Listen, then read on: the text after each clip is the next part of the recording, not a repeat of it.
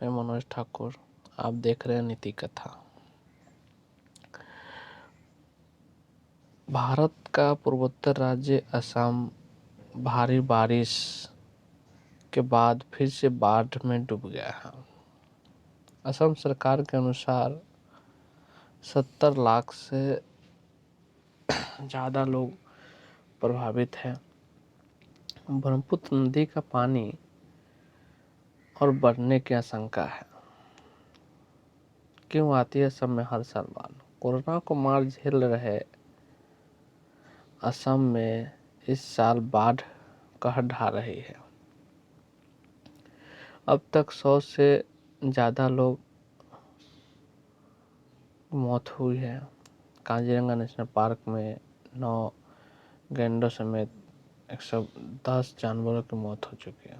हर साल बाढ़ के मौके पर तो केंद्र और राज्य सरकार सक्रिय हो जाती है, लेकिन पानी उतर जाने के बाद फिर सब कुछ जस का तस हो जाता है। देश में असम में ही सबसे पहले बाढ़ आती है। कोसी नदी को जिस तरह बिहार को शोक कहा जाता है, उसी तरह ब्रह्मपुत्र को असम का अभिशाप कहा जा सकता है। यह राज्य में बाढ़ का दूसरी दौर है। हर साल इसकी भयावहता बढ़ती ही जा रही है। आखिर हर साल आने वाली बाढ़ की वजह क्या है और क्या इस पर अंकुश नहीं लगाया जा सकता? कोरोना महामारी के बीच इस साल असम में बाढ़ आफत बनकर आई। राज्य के 33 में से 30 जिले बाढ़ की चपेट में हैं और 70 लाख से ज़्यादा लोग प्रभावित हुए हैं। बाढ़ और भूस्खलन से 117 से अधिक लोगों की मौत भी हो चुकी है। प्रधानमंत्री नरेंद्र मोदी ने मुख्यमंत्री सर्बानंद सोनोवाल से फ़ोन पर बातचीत में स्थिति का जायजा लिया। उन्होंने इस मुश्किल वक्त में असम सरकार को हर संभव मदद का आश्वासन दिया। असम के जल संसाधन मंत्री केशव महंत ने बताया कि ज़्यादातर नदियों के खतरे के निशान से ऊपर बहने की वजह से बाढ़ की स्थिति गंभीर बनी हुई है। मुख्यमंत्री सर्बानंद सोनोवाल ने मृतकों के परिवारों को कुछ मुआवजा देने का ऐलान किया। बाढ़ से सबसे ज़्यादा नुकसान एक सींग वाले गैंडों के लिए मशहूर काजीरंगा नेशनल पार्क को पहुंचा है।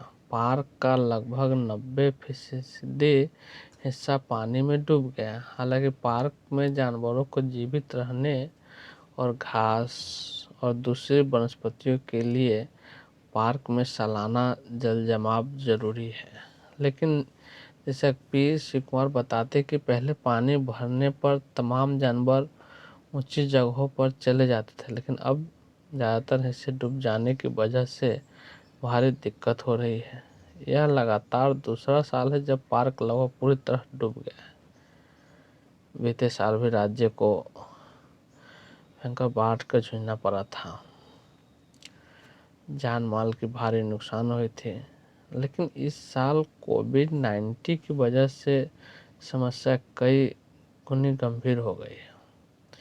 वैसे बाढ़ असम के लिए नई नहीं है। इतिहासकारों का होम साम्राज्य के शासनकाल के दौरान भी हर साल आने वाले बाढ़ का जिक्र किया। पहले के लोगों ने इससे बचने के लिए प्राकृतिक तरीके अपनाए थे। इसके लिए बाढ़ की हालत में जान माल का नुकसान कम से कम होता था। भारत, भूटान, तिब्बत, बांग्लादेश यानी 4 देशों से गुजरने वाली ब्रह्मपुत्र नदी असम के 2 हिस्सों में बांटती है। इसकी दर्जनों सहायक नदी भी हैं।